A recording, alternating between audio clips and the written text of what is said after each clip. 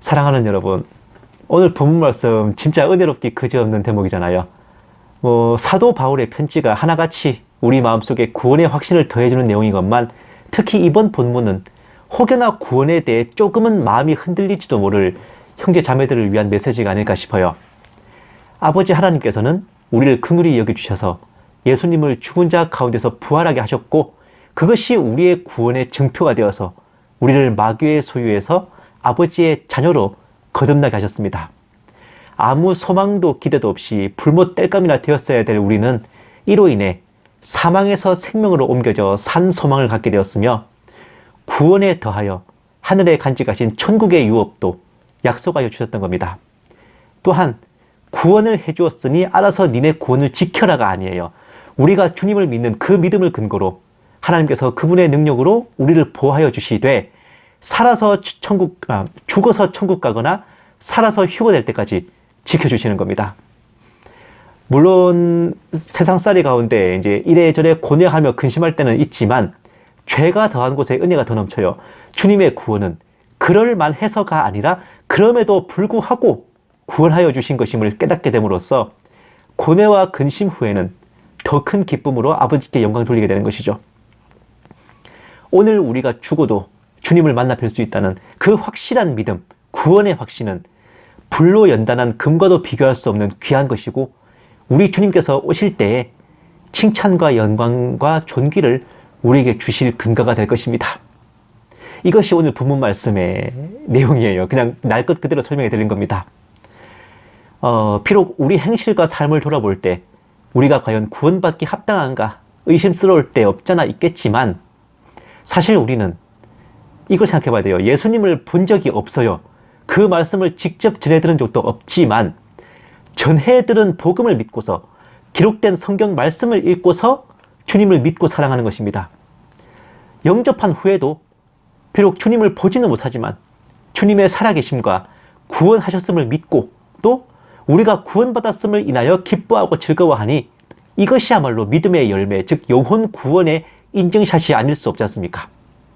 얼굴 한 번 뵌 적 없고 목소리 한 번 들은 적 없건만, 우리 주님께서 하나님의 아들이심을 믿고 주님의 십자가 보혈이 나의 죄를 사하였음을 믿고 그분을 나의 주님으로 영접한다면 우리가 구원받음을 믿고 있으니, 이 믿음은 우리 안에 성령님께서 역사하신 증거이며 우리 각 사람이 창세전에 예정되어 택함을 받았음을 드러내 보여주는 증표입니다. 다시 한번 고백하옵기는, 구원 역사의 주체는 하나님이시며 알파부터 오메가까지 모두 주님의 역사하심이며, 우리는 그저 운 좋게 택함을 받아 얹혀갈 뿐이기에 구원이 곧 은혜이고 구원에 있어 우리 공로를 내세울 수가 없는 것입니다. 사랑하는 여러분, 일상을 살아가면서 짜증나는 일이 여러 가지 있겠지만, 운전하시는 분들은 불법 주차로 견인당했을 때 무척 짜증이 나실 겁니다. 불법을 저지른 죄인 주제에 짜증이 나는 어찌 보면 적발하정의 시츄에이션이죠. 저 또한 여러 차례 상습적인 불법 주차로 제가 견인을 많이 당해본 경험이 있는데, 차를 올바른 곳에 세워두지 않고 이상한 곳에 세워두면 관청에서 벌금 딱지를 붙여요. 그리고 견인차를 불러서 끌고 가버립니다. 우리가 구원의 길에 서 있지 않고 다른 길에 서 있으면 주님께서 오셔서 십자가 보혈과 복음의 딱지를 붙이고 성령님이 모는 견인차를 보내셔서 구원을 향해 우리를 끌고 가시는 겁니다. 이것이 말하자면 성도의 견인이라 하는 겁니다. 구원론의 정수인 칼빈주의 5대 강령을 불법 주차에다 비유하면 굉장히 흥미로운 예화가 나와요. 첫 번째, 전적 타락. 불법 주차를 했으면 두말할 필요 없는 그냥 일단 죄인인 겁니다. 두 번째, 무조건적인 선택. 불법 주차된 차량을 그 공무원이 찍으면 무조건 끌려갑니다. 세 번째, 제한적 구원. 여러 대가 불법 주차가 돼 있어도요, 해당 공무원이 적발하여 찍은 차들만 끌려갑니다. 네 번째, 불가항력적인 은혜. 내가 동의를 하든 안 하든 끌려갑니다. 내가 싫다고 해서 안 끌려가는 거 아니에요. 내가 동의하든 안 하든 끌려가. 다섯 번째, 성도의 견인. 끌려가는 것도 자력으로 운행하는 게 아니라 견인차의 메인차에 끌려가는 거예요. 바로 이것이 주님께서 우리를 구원하시는 원리이자 시스템인 겁니다. 물론 이 성도의 견인에서 견인이란 단어가 한자 뜻은 이게 끌려간다는 의미가 아니에요. 굳센 인내라는 의미입니다. 우리의 구원을 위해 주님께서도 참으시고 성도들도 참는다는 뜻이에요. 신학적 의미는 하나님께서 굳세게 참고 끝까지 이끄신다. 그리고 성도도 중간에 딴 데 미혹되거나 배도하지 않고 굳세게 참고 끝까지 끌려간다는 거죠. 하나님과 성도가 둘 다 인내하고 참고 천국에서 만나볼 때까지 서로를 붙들고 있는 것. 이것이 어쩌면 구원을 위한 유일한 신인협력, 하나님과 인간이 힘을 합치는 게 아닐까 합니다. 구원을 이루겠다고 내가 뭘 하는 게 아니라요. 주님께서 나를 이끄시고 나는 중간에 믿음을 버리거나 배도하지 않고 끝까지 끌려가는 겁니다. 끝까지 그리스도인으로서 사는 겁니다. 그런데 아무리 봐도 어감으로나 의미로나 성도의 견인은 견인차로 우리를 끌고 가신다는 게 더 적합해 보여요. 불법 주차 차량 같았던 우리 영혼을 주님께서 찍으시고 성령님의 견인차로 끌고 가시는 것. 우리는 어디로 도망갈 생각 말고 순순히 끌려가기만 하면 구원을 이루고 구원에 이르게 되는 겁니다. 이 얼마나 은혜롭고 따사로운 천국행 견인차입니까? 우리가 우리 자유의지로 선택하는 게 가능하다면 불법 주차해놓고 견인차에 끌려갈지 말지도 선택할 수 있다는 말입니까? 말이라는 게 주어, 동사, 서술어 구조만 갖췄다고 다 말인 게 아닙니다. 악이 있는 곳에는 정의의 바람이 불듯이 거꾸로 천국행 견인차 주변에는 지옥행 견인차가 시시각각 성도들의 영혼을 노리고 있는데 이들은 우리를 예정하셔서 택하시고 구원으로 이끄는 그 은혜를 되려 지옥으로 견인하는 사탄의 덫이라 매도해요.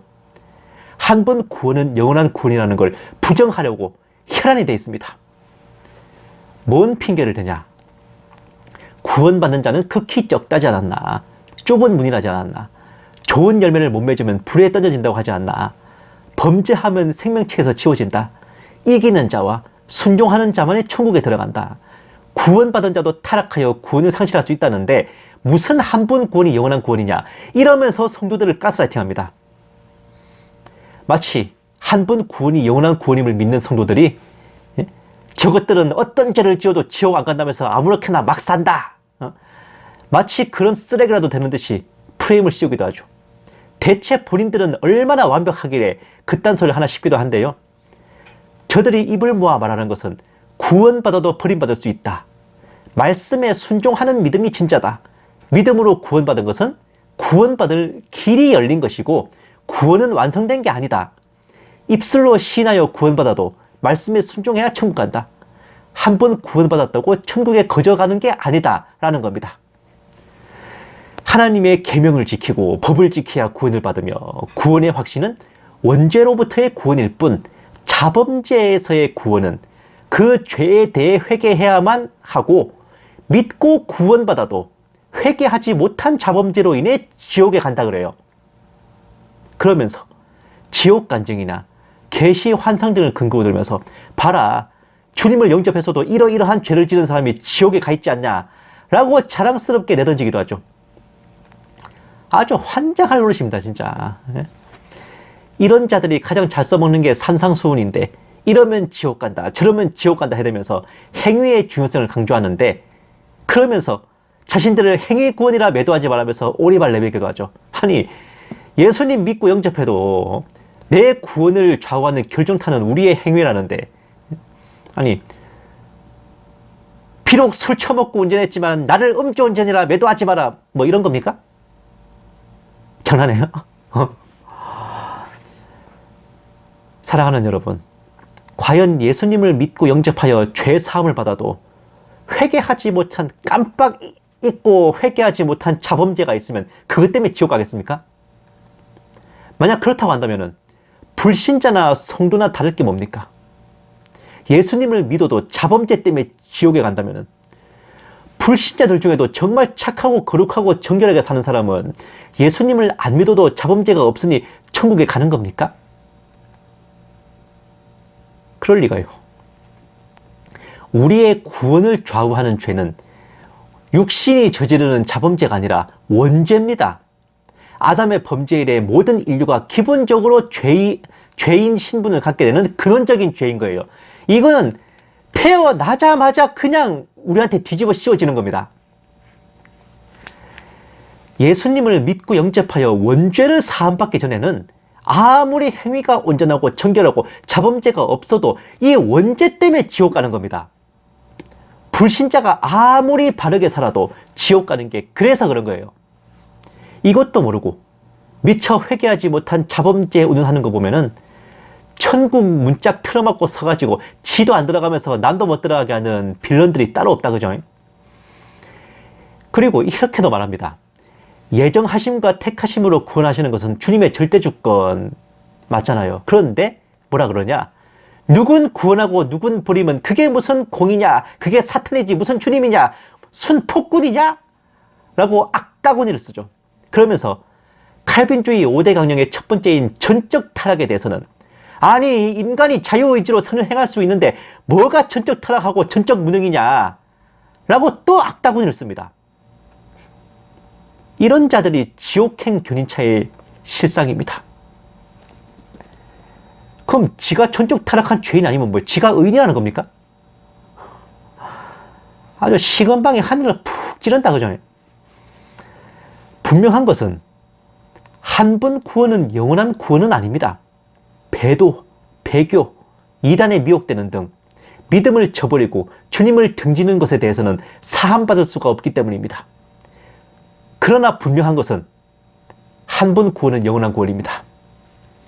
원죄를 사함받은 우리는 자범죄로 인해 주님께 징계를 받고 혼이 날 망정 행위로 인한 것이 우리의 자녀된 신분을 변하게 할 수가 없습니다.